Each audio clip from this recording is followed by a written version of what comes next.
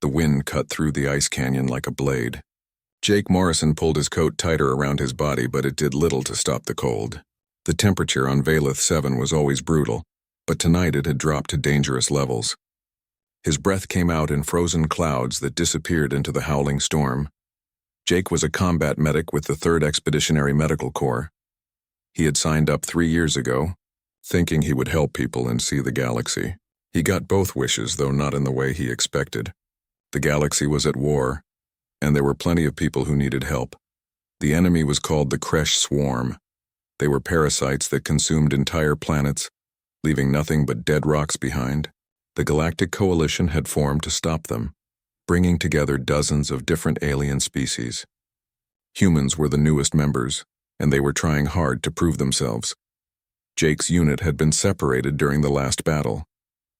The Kresh had attacked at dawn, pouring through the crystal canyons in waves of chittering, clicking monsters. The fighting had been chaos. Plasma fire lit up the ice walls. Soldiers screamed orders that were lost in the wind. Jake had done his job, pulling wounded soldiers to safety, patching holes in bodies that should have killed them. But then the ice shelf had collapsed.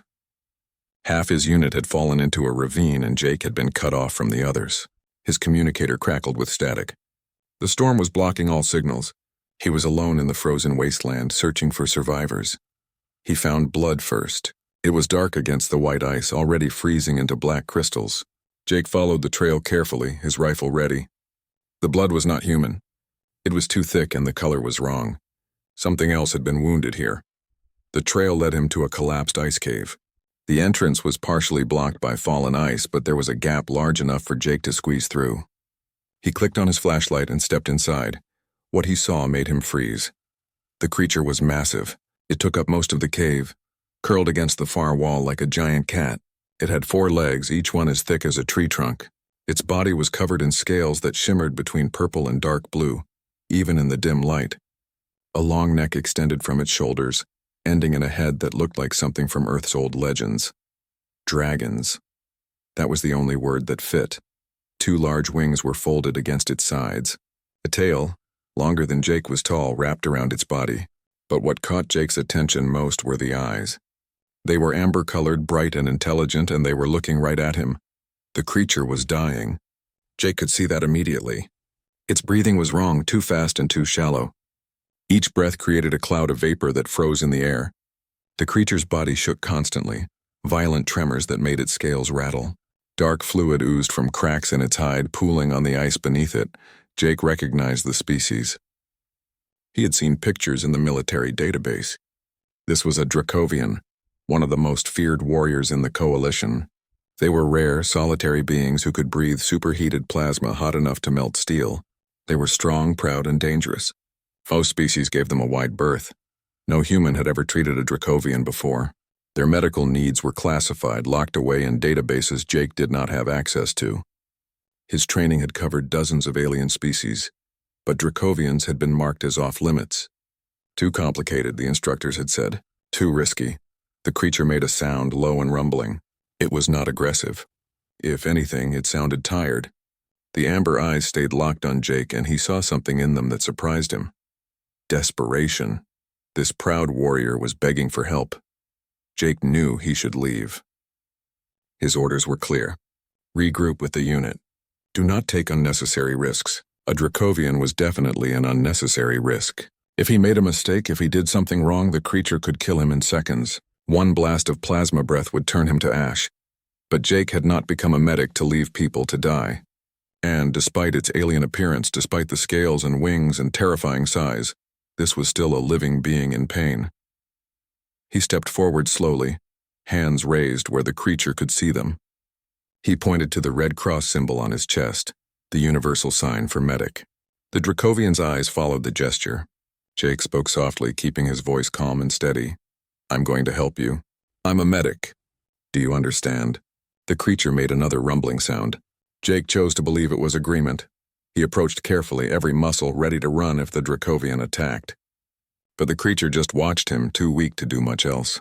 Up close, Jake could see how bad the injuries really were. There were multiple wounds across its body, but the worst was a deep gash in its side. The edges of the wound were discolored and something that looked like metallic spores grew in the torn flesh. Jake had seen those spores before. They were a Kresh bioweapon designed to infect and kill slowly. The spores spread through the bloodstream, attacking the immune system and causing massive infections. For humans, they were deadly without immediate treatment. He had no idea what they did to Dracovians. He pulled out his medical scanner and ran it over the creature's body. The readings were confusing. Dracovian biology was different from human biology in almost every way. Their body temperature ran much hotter. Their blood was copper-based instead of iron, and their organs were arranged in patterns that made no sense to Jake's training. But some things were universal. The creature was in shock. Its body temperature was dropping, which for a species that normally ran hot was a very bad sign. The infection was spreading. Without treatment, the Dracovian would be dead by morning. Jake knelt beside the creature and opened his medical pack. Inside were drugs, tools, and supplies designed for human soldiers. None of them were meant for a Dracovian. Using them could save the creature's life, or it could kill it faster. Jake had no way to know which. The Dracovian watched him work, those amber eyes never blinking. Jake got the feeling he was being judged. This creature was deciding whether to trust him or not, whether to accept help from a tiny human who probably looked like an insect compared to its massive size. Jake made his decision. He would do what he could, use what he knew, and hope it was enough. He had saved lives before. Maybe, just maybe, he could save one more. The storm outside grew louder, howling through the canyon like a living thing. Inside the cave, a human medic began to fight for the life of an alien dragon. Neither of them knew that this moment would change everything. Jake stared at his medical pack and then back at the dying Dracovian. His hands were shaking, and not just from the cold. He was about to make a choice that could either save a life or end it. There was no middle ground here, no safe option. The problem was simple but terrifying. Jake's medicine was made for humans. Every drug, every treatment, every protocol in his training was designed for human biology. Dracovians were as different from humans as humans were from insects. Their blood was blue-green because it used copper instead of iron. Their hearts had 3 chambers instead of 4.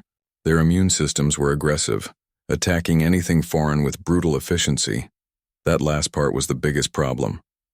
If Jake gave the Dracovian standard human medicine, its immune system might treat the drugs as an attack. The creature could go into shock, its body fighting both the infection and the treatment. It could die even faster, but doing nothing meant certain death. The metallic spores from the Kresh bioweapon were spreading. Jake could see new patches of discoloration appearing on the scales near the wound. The creature's breathing was getting worse. Its body temperature continued to drop and the shivering was becoming more violent. Jake pulled out his scanner again and studied the readings more carefully. He was looking for patterns, for anything that matched what he knew.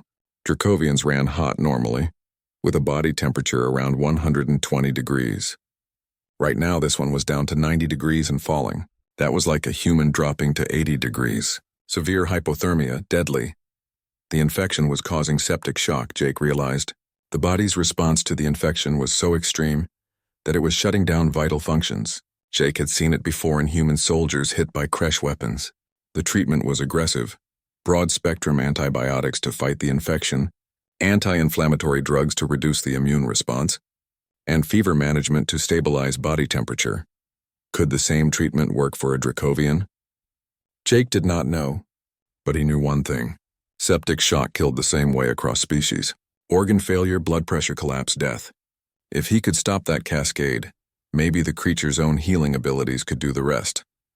Jake made his decision. He pulled out 3 drugs from his pack.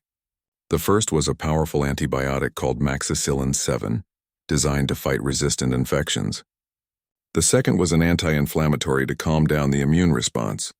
The third was a compound that helped regulate body temperature in humans suffering from fever or hypothermia. The dosing was the tricky part.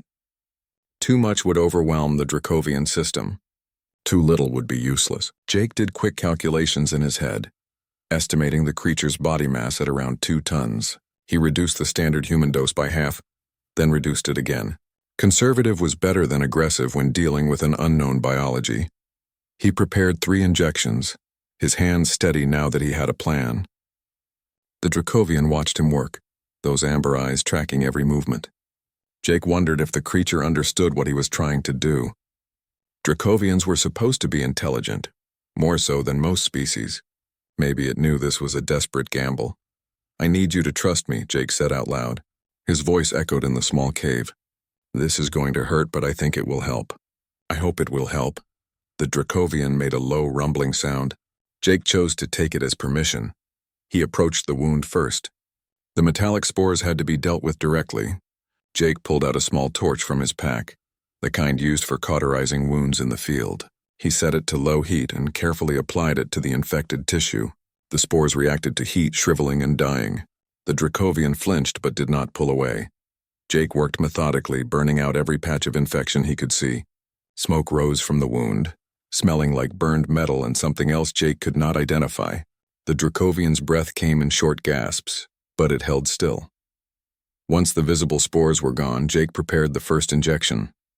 He chose a spot on the creature's foreleg, where he could see a large vein pulsing beneath the scales. The scales were tough, tougher than human skin, but Jake's needles were designed to penetrate combat armor. He pressed the needle through the scales and injected the antibiotic directly into the bloodstream. The Dracovian roared. The sound was deafening in the enclosed space, vibrating through Jake's bones. The creature's body convulsed, muscles spasming under the scales. Jake scrambled backward, his heart pounding. Had he just killed it? For several long seconds, the Dracovian thrashed. Its tail whipped across the cave floor. Its wings opened and closed spasmodically. Jake pressed himself against the cave wall, certain he was about to die. The creature could breathe plasma at any moment, could crush him with one movement. But then the thrashing slowed. The Dracovian's breathing, while still labored, began to even out. The violent shivering that had been constant since Jake found it started to decrease. The creature's eyes found Jake again, and this time there was something different in them. Confusion, maybe, or surprise. Jake waited, counting his heartbeats. 1 minute passed, then 2. The Dracovian was not getting worse. That was a good sign. Carefully, Jake approached again. 2 more, he said, showing the remaining syringes. 2 more and we're done. He administered the anti-inflammatory next, injecting it near the wound site. The Dracovian hissed but did not roar this time. Finally, Jake gave the temperature regulator, splitting the dose between 2 injection sites to help it spread faster through the creature's system. Then there was nothing left to do but wait. Jake pulled out his emergency heating packs, the chemical kind that activated when you bent them. He had 6 in his pack, meant to keep a human soldier alive in extreme cold. He activated all of them and carefully placed them on the Dracovian's body, arranging them near the major organs he could identify. The creature watched this with what Jake swore was curiosity. When Jake placed the last pack near its neck, the Dracovian lowered its head slightly, making it easier for him to reach. That small gesture of cooperation gave Jake hope. He settled down against the cave wall, close enough to monitor the creature, but far enough to run if things went wrong. He checked his communicator again. Still nothing but static. The storm outside was still raging.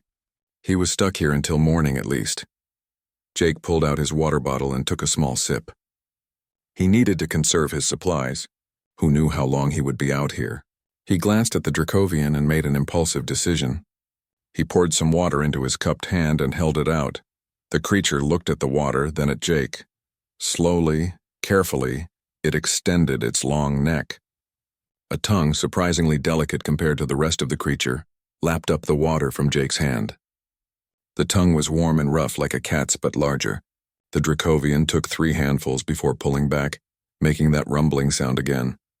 "You're welcome," Jake said. Hours passed. Jake dozed on and off, jerking awake at every sound. Each time he woke, he checked the Dracovian, and each time the creature looked a little better. The shivering had almost stopped. The breathing was deeper and more regular. The dark fluid had stopped oozing from the wounds. The infection was retreating. The human medicine was working. Jake felt a surge of relief so strong it almost brought tears to his eyes. He had gambled and won. This magnificent creature was going to live. As dawn approached, Jake finally allowed himself to relax. Exhaustion hit him like a physical weight. He had been running on adrenaline for hours, and now his body was demanding rest. His eyes grew heavy. He tried to fight it, but it was useless. The last thing Jake saw before sleep took him was the Dracovian. its amber eyes glowing softly in the darkness, watching over him like a guardian. Warmth. That was the first thing Jake noticed when he woke up. Real warmth, not the artificial heat from his coat's power cells or the brief comfort of a heating pack. This was living warmth surrounding him completely. Jake opened his eyes slowly. His body ached from sleeping on the ice floor, but he felt better than he had any right to feel. Then he realized why he was warm. The Dracovian had curled its massive body around him during the night. Jake was nestled against the creature's chest, protected by its bulk from the freezing air. The scales pressed against his back were warm, radiating heat like a furnace. One of the creature's wings was draped over him like a blanket. Jake held very still. He was trapped between 2 tons of alien muscle and scale, with no way to escape if the Dracovian decided he was a threat. But the creature's breathing was slow and steady, peaceful. Jake could feel the rise and fall of its chest against his shoulder. Carefully, Jake turned his head. The Dracovian was awake. Its amber eyes were fixed on the cave entrance, alert and watchful. When Jake moved, the creature glanced down at him and made that low rumbling sound. Up close, Jake could feel it vibrating through his whole body. It was not threatening. If anything, it sounded pleased. "Good morning to you too," Jake said quietly. The Dracovian shifted slightly, giving Jake room to sit up but not moving away. Jake took the opportunity to check the creature's wounds. The improvement was remarkable. The infection was almost gone, just a few small patches of discolored scales remaining. The deep gash in its side was closing, the edges of the wound already showing new scale growth. Dracovian healing was impressive. Jake checked his communicator.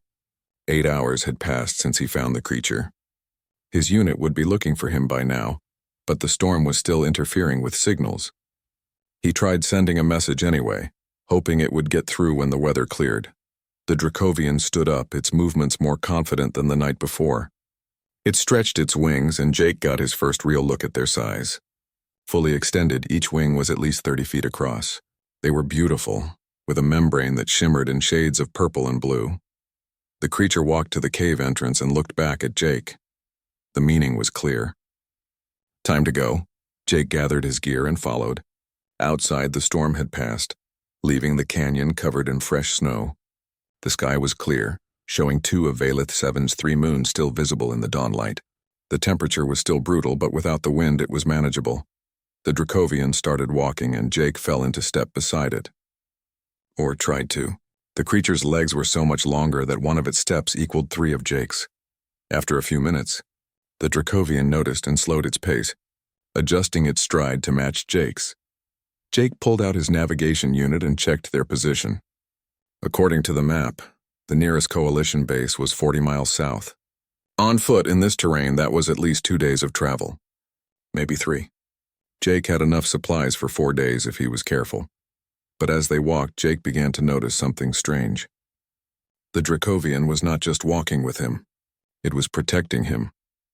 When they passed through a narrow section of the canyon, the creature went first, checking for threats before allowing Jake to follow. When they crossed an open area, the Dracovian positioned itself between Jake and the most likely direction of attack. Its head swiveled constantly, those amber eyes scanning for danger. Jake had heard stories about Dracovians in combat. They were fierce, independent warriors who fought alone and took orders from no one. They were allies of the coalition, but they were not soldiers in any traditional sense. They did not protect others. They barely tolerated others. Yet here was one acting like Jake's personal bodyguard. Around midday, the Dracovian suddenly stopped. Its head lifted, nostrils flaring. Jake froze, his hand moving to his rifle. Something was out there. The creatures came out of the snow like ghosts. There were 6 of them, wolf-like predators native to Valeth 7. They had white fur that looked like crystal in the sunlight, with black eyes and teeth like icicles. Each one was the size of a motorcycle. They hunted in packs and could take down prey much larger than themselves. The pack circled slowly, sizing up Jake and the Dracovian. Jake knew he was in trouble. 6 against 1 human with a rifle was not good odds. The wolves were fast and smart. But then the Dracovian stepped forward, placing itself directly between Jake and the pack. The creature's chest began to glow. Jake could see heat building beneath the scales, a deep orange light growing brighter. The Dracovian opened its mouth, and Jake felt the air temperature spike. Then it breathed. The plasma was not like fire. It was more concentrated, more intense. It came out in a focused stream, hitting the snow in front of the pack leader. The ice did not just melt. It vaporized instantly, leaving a trench of bare rock that glowed red with heat. The wolves scattered, yelping in fear. They disappeared back into the canyons as quickly as they had appeared. The Dracovian watched them go, the glow fading from its chest. Then it turned to Jake as if to say, "See? Nothing to worry about." Jake let out a breath he did not know he had been holding. "Thanks," he said. "I owe you one." The Dracovian made a short huffing sound that almost sounded like laughter. They continued walking. Jake's mind was racing. The creature could have left him. It was healthy enough now to fly, or at least to travel much faster without a slow human tagging along. But it stayed. More than that, it was actively protecting him. Why? Gratitude for the medical treatment? That seemed too simple. Dracovians were supposed to be proud. Accepting help, especially from a lesser species, should have been shameful for them. Yet this one had not only accepted help, it had decided Jake was worth guarding. As the day wore on, Jake and the Dracovian fell into a rhythm. The creature would scout ahead, then return to guide Jake around obstacles or dangerous areas.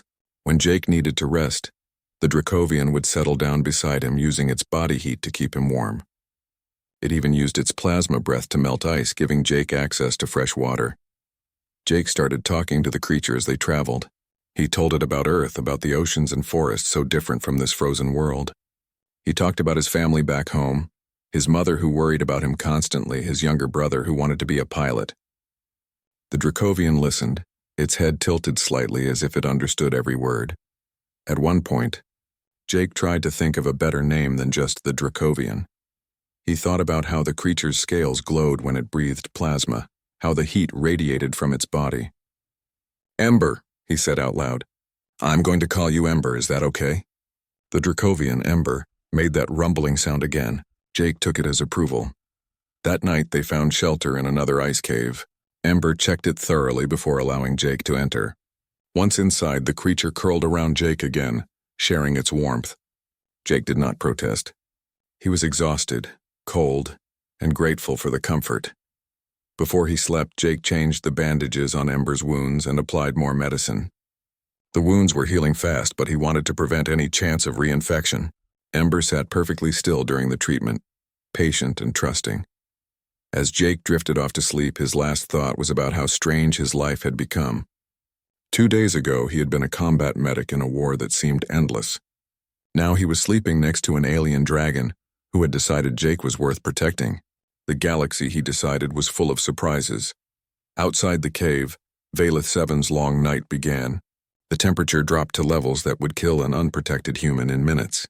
But inside, a human and a Dracovian slept peacefully, bound together by an act of compassion and a debt of honor that neither fully understood yet. The third day of travel started with Ember bringing Jake breakfast. Jake woke to find the Dracovian dropping something at his feet. It was a frozen chunk of vegetation, blue-green in color and covered in ice crystals. Ember made an encouraging rumbling sound and nudged the plant toward Jake with its nose. Jake picked it up cautiously. He had seen this plant before in the survival database. It was called Valeth moss, and it was technically edible for humans, though not particularly tasty. More importantly, it was nutritious. The fact that Ember had found it and brought it to him meant the creature understood Jake needed food. "Thank you," Jake said, genuinely touched. He used his knife to scrape off the ice and took a bite. It tasted like a combination of celery and rubber, but it was food. Ember watched him eat with what Jake could only describe as satisfaction. After breakfast, they continued south toward the Coalition base.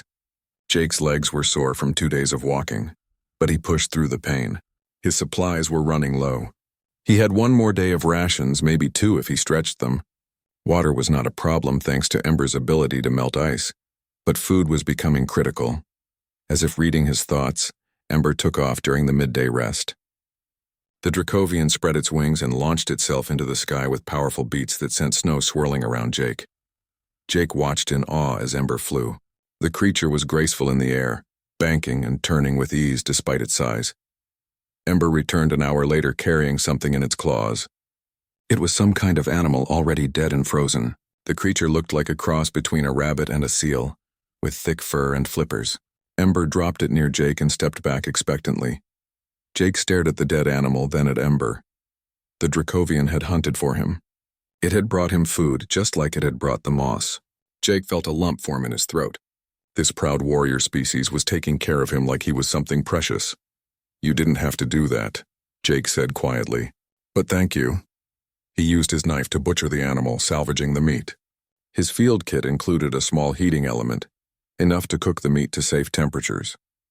As he worked, Ember settled down nearby, watching the horizon for threats. That night, Jake tried to give Ember some of the cooked meat as thanks. The Dracovian sniffed it, then gently pushed it back toward Jake. It seemed Ember had already eaten during its hunting trip. The gesture was clear. This food was for Jake. On the fourth day, Jake's communicator finally picked up a signal. He sent out an emergency beacon and received an immediate response. A coalition patrol was in the area, less than 10 miles north. They would reach Jake's position by evening. Jake felt relief wash over him. Rescue was coming. He would be back at base soon, back to hot meals and warm beds and safety. But as he looked at Ember, he felt something else too. Worry. What would happen to Ember when they reached the coalition forces? He tried to explain to the Dracovian. "Help is coming," Jake said, pointing north. "Other humans. Soldiers. They're going to take us somewhere safe." Ember tilted its head, listening. Jake had the distinct impression the creature understood more than it let on. The patrol arrived as the sun was setting. There were 8 soldiers, a mix of humans and other coalition species. Leading them was a human lieutenant named Chris Palmer.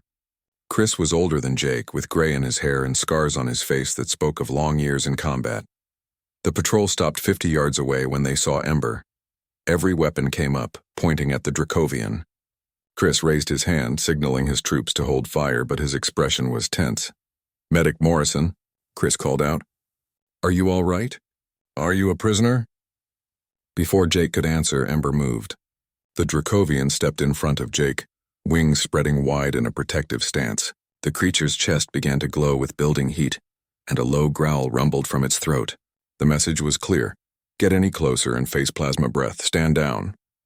Jake shouted, stepping out from behind Ember.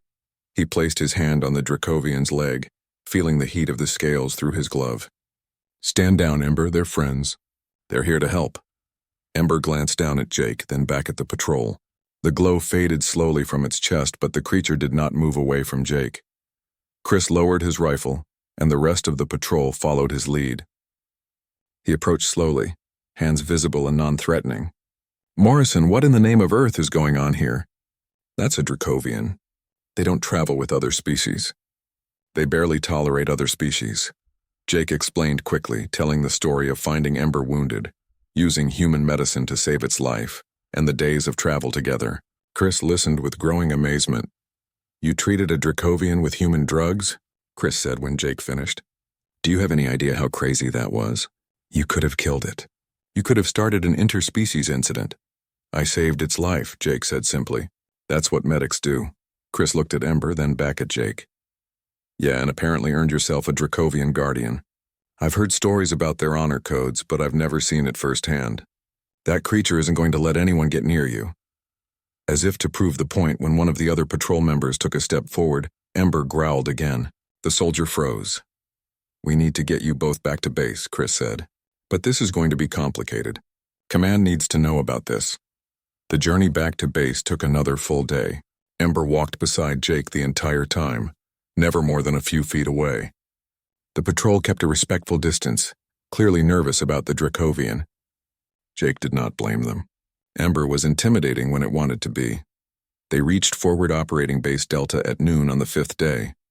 The base was a collection of prefabricated buildings surrounded by defensive walls, all covered in ice and snow.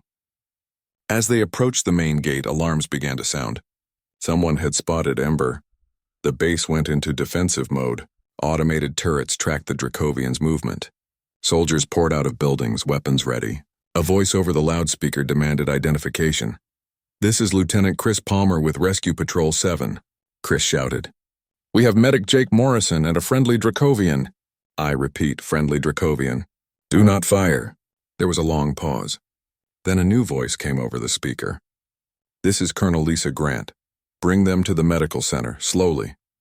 And someone tell me what the hell a Dracovian is doing at my base." The gates opened. Jake and Ember entered, surrounded by the patrol. Every eye in the base was on them. Jake heard whispers and saw people pointing. He felt Ember press closer to him, and he reached up to touch the creature's leg in reassurance. At the medical center, doctors and nurses rushed out to help. But Ember would not let them near Jake. The Dracovian positioned itself between Jake and the medical staff, growling softly. "Ember, it's okay," Jake said. "They're here to help. They're medics like me. Let them check me over." Ember looked uncertain but finally stepped aside, though it stayed close enough to intervene if needed. Colonel Lisa Grant arrived while the doctors were examining Jake. She was a tall woman with sharp eyes and an air of command that made everyone stand straighter. She looked at Jake, then at Ember, then back at Jake. "Medic Morrison," she said, "you and I need to have a very long conversation about what exactly happened out there. But first, tell me this. Is that Dracovian going to attack anyone in my base?" Jake looked at Ember, at those intelligent amber eyes watching him. "No, ma'am," he said. "Not unless someone tries to hurt me. Ember is protective but not aggressive. As long as I'm safe, everyone else is safe." The colonel nodded slowly. "All right. You both need medical evaluation and rest. We'll sort out the rest later." She paused, studying Ember with professional interest. "You know, Morrison, in 30 years of service, I've never seen anything like this. A human and a Dracovian bonded like packmates. You've stumbled into something extraordinary." Jake looked at Ember and felt a warmth that had nothing to do with the creature's body heat. "Yes, ma'am," he said. "I think I have." The medical examination took 3 hours. Jake was checked for injuries, frostbite, malnutrition, and a dozen other conditions.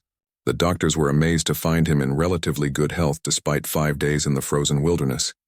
Jake credited Ember, who had kept him warm, fed, and protected. Ember received its own examination, though getting the Dracovian to cooperate was challenging. The creature refused to let anyone near it except Jake. In the end, Jake had to stand beside Ember during the entire process, holding the Dracovian's foreleg while xenobiologists took readings and samples. What they discovered was remarkable. The human antibiotics had worked, but not in the way anyone expected. Instead of killing the infection directly, they had somehow triggered Ember's own immune system to fight more effectively. The medicine had acted as a catalyst, giving the Dracovians' natural defenses the boost they needed to win the battle. "It's like you found exactly the right key for a lock you didn't know existed," one of the doctors told Jake. "The odds of this working were astronomically small. You got very, very lucky." Jake looked at Ember and smiled. "I don't think it was luck." Colonel Grant gave them both a private room in the medical wing. It was meant for one person, but nobody wanted to separate Jake and Ember. The Dracovian settled down on the floor beside Jake's bed, filling most of the available space. That night, Jake slept better than he had in months, warm and safe with his guardian nearby. The next morning, Colonel Grant called Jake to her office. Ember followed, of course. The colonel had to move furniture to make room for the Dracovian in the small office. Once everyone was settled, she leaned forward on her desk, her expression serious. "Medic Morrison, what you've accomplished is unprecedented. Do you understand that?" Jake nodded. "I'm starting to, ma'am." "The coalition has been working with Dracovians for 20 years, the colonel continued. "In all that time, no one has successfully provided medical treatment to one. They have their own medical care and they don't share it with outsiders. Their biology is too different, too complex. Most species don't even try." "I didn't really have a choice, ma'am," Jake said. "Ember was dying." "You had every choice," the colonel corrected. "You could have walked away. It would have been the safe thing to do, the smart thing. But you didn't. You risked your life and career to save an alien warrior you'd never met." "Why?" Jake thought about the question. Why had he done it? He could have said it was his duty as a medic, or that he couldn't leave any living being to die. But the truth was simpler than that. Because it was the right thing to do, Jake said finally. The colonel studied him for a long moment, then nodded. "The Dracovian High Council has contacted us. They want to speak with you." Jake felt his stomach drop. The High Council was the ruling body of the Dracovian species, a group of the oldest and most powerful warriors. They were legendary, almost mythical, and they wanted to talk to him. "They're sending a representative," the colonel continued. Should be here in 2 days. In the meantime, we have xenoanthropologists and cultural specialists on their way to study your bond with Ember. What you two have is important, Morrison. It could change how species interact across the entire coalition. Over the next 2 days, Jake and Ember became the center of attention. Scientists observed them constantly, taking notes on every interaction. They watched how Ember responded to Jake's commands, how the Dracovian positioned itself to protect him, how Jake treated Ember's remaining wounds with the creature's full cooperation. The cultural specialists explained what was happening. In Dracovian culture, there was a concept called a life debt. When someone saved a Dracovian's life through personal sacrifice and compassion, the Dracovian owed them a debt that could only be repaid by saving their life in return. Until that happened, the Dracovian would serve as the person's guardian, protecting them from all threats. But it's more than just duty. One specialist explained, Dracovians only acknowledge life debts to those they consider worthy. By accepting your help, by allowing itself to be vulnerable before you, Ember showed tremendous trust. That trust has grown into a genuine bond. Ember doesn't just protect you out of obligation. It protects you because it wants to. Jake felt humbled by that explanation. He looked at Ember, who was resting nearby, and felt a surge of affection for the massive creature. Over the past week, Ember had become more than just a patient or even a friend. The Dracovian had become family. The representative from the High Council arrived on schedule. He was an ancient Dracovian. His scales faded to almost silver with age, but his amber eyes were sharp and clear. He introduced himself through a translator device. His name was Callus, and he was one of the eldest members of the council. The meeting took place in the base's largest conference room. Jake stood at attention with Ember beside him. Colonel Grant and several other officers were also present. Callus studied Jake for a long moment, then spoke. His voice was deep and resonant, even through the translator. Young human, you have done something no other species has accomplished. You saved one of our warriors using knowledge and compassion. For this you have our gratitude. I was just doing my job, sir, Jake said. Callus made a sound that the translator rendered as laughter. You were doing far more than your job. You risked yourself for a being you did not know, using methods you were not certain would work. That is courage. That is honor. The old Dracovian turned his attention to Ember. The two exchanged a series of rumbles and growls that the translator could not interpret. It was clearly a private conversation. Finally, Callus turned back to Jake. Ember has declared a life debt to you, Jake Morrison. This is a sacred bond among our people. The council acknowledges this debt and offers you a choice. Ember may remain with you as your guardian and companion, or you may release Ember from the debt with full honors. Either choice is acceptable. Jake looked at Ember. The Dracovian was watching him intently, waiting for his decision. Jake thought about sending Ember away, releasing the creature to return to its own kind. But the idea felt wrong. Over the past week, they had become a team. They understood each other in ways that went beyond words. I would be honored if Ember stayed with me, Jake said. If that's what Ember wants too. Ember made that rumbling sound that Jake had come to recognize as contentment. Callus nodded approvingly. Then it is decided. You and Ember are bonded. This is a new thing in our history. Human and Dracovian joined by choice and mutual respect. The Council believes this bond may serve as a bridge between our species.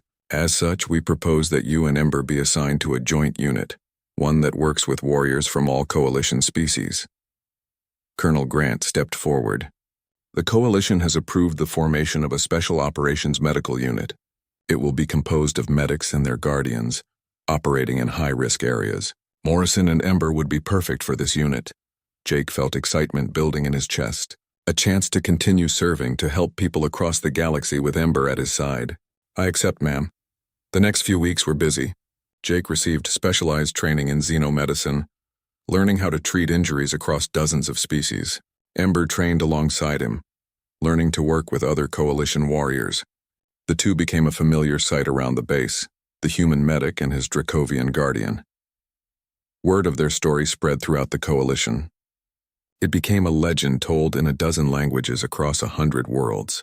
The tale of the human who saved a dying dragon with compassion, and the dragon who pledged its life in return. It was a story about courage, trust, and the bonds that could form between beings who were willing to look past their differences. On their first official mission with the new unit, Jake and Ember were deployed to a battlefield on the edge of Coalition space. The Kresh were advancing and casualties were high. Jake worked tirelessly, moving from soldier to soldier, treating wounds that would have killed anyone without immediate care. Ember stayed close, defending Jake from enemy fire, using its plasma breath to clear paths through enemy lines, allowing Jake to reach the wounded. When a Kresh warrior broke through the defensive line and charged toward Jake, Ember intercepted it, crushing the creature with one massive claw. They saved 43 lives that day. Soldiers from 6 different species, all pulled back from the edge of death by a human medic and his Dracovian guardian. As Jake worked, covered in blood and exhausted, he thought about how strange his journey had been. A year ago, he had been a simple combat medic, one among thousands. Now he was part of something unique, something that was changing how species viewed each other. That night, back at the temporary base, Jake sat with Ember under the alien stars. The Dracovian scales glowed softly in the darkness. Warm and comforting. "We make a good team," Jake said quietly. Ember rumbled in agreement, the sound vibrating through the ground. Jake thought about the future. There would be more battles, more wounded to treat, more dangers to face. But he would not face them alone. He had Ember, loyal and fierce, a guardian who had chosen him just as he had chosen Ember. In the frozen cave on Valeth 7, Jake had made a choice to save a life. That choice had led to something remarkable, a bond that transcended species and culture. It was proof that compassion could bridge any divide, that trust could grow even in the harshest conditions. As Jake drifted off,